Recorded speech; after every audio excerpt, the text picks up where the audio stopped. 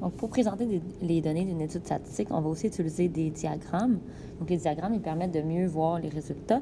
Donc, le premier qu'on va regarder, ça va être un diagramme à ligne brisée.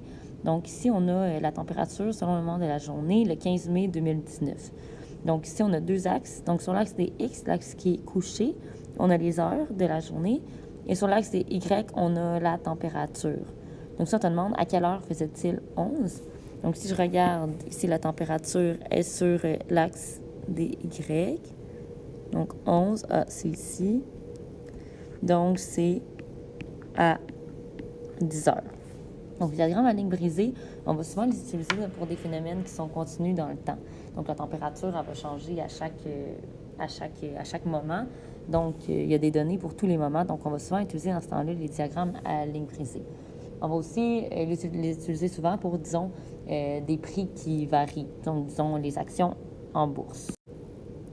Le prochain diagramme, c'est le diagramme à bande. Lui aussi est assez connu. Donc, si on regardait l'heure du lever de 77 élèves de secondaire 1, donc certains d'entre vous ont répondu à la question. Donc, si on regarde, on voit facilement que à 6 heures, c'est là qu'il y a le plus d'élèves qui se lèvent, tandis qu'à 6h45, il y en a très peu. 5h30 aussi, il y en a un petit peu plus que 5. Donc, si je vous demande combien d'élèves se lèvent à 6 heures, bien 6 heures ici, on regarde, c'est cette donnée. Cette donnée-là ici, 6 heures. Donc, il y a 25 élèves parmi les 77 élèves qui se lèvent à 6 heures. Si on vous demande quelle est l'étendue, donc l'étendue ici, c'est la différence entre la plus grande réponse et la plus petite. Donc, si entre 6h45 et 5h30, on a 1h15. Donc, on prend la donnée la plus grande moins la donnée la plus petite. Seulement, le dernier graphique qu'on va regarder, ça va être le diagramme circulaire.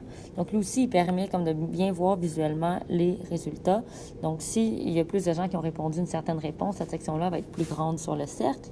Donc, lorsqu'on demande à 77 élèves du Collège Laval quelle tâche ménagère ils préfèrent, voici leur réponse. Donc là, on voit que 24 préfèrent tondre le gazon, 10,7 préfèrent faire la vaisselle, 22,7 plier des vêtements, 13,3 passer à la balayeuse et le gagnant, 29,3 préfèrent vider le lave-vaisselle. Donc, si on vous demande combien d'élèves préfèrent vider le lave-vaisselle, bien, on sait que vider le lave-vaisselle, c'est 29,3 de 77 élèves. Donc, c'est toujours la même chose. Donc, 29,3 de 77. Donc, on va mettre ça en nombre décimal. Donc, 0,293 fois 77.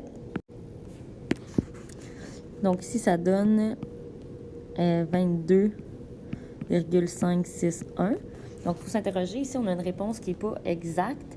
Donc, ça veut dire que dans le graphique ici, les pourcentages ont été arrondis. Donc, on va arrondir et dire que c'est 23 élèves qui ont eu cette réponse-là. Donc, il faut toujours regarder c'est quoi la question. Donc, ici, on demande un nombre d'élèves. Donc, c'est certain qu'on veut un nombre entier. Donc, 23 et 6 élèves qui donnent environ 29,3 %.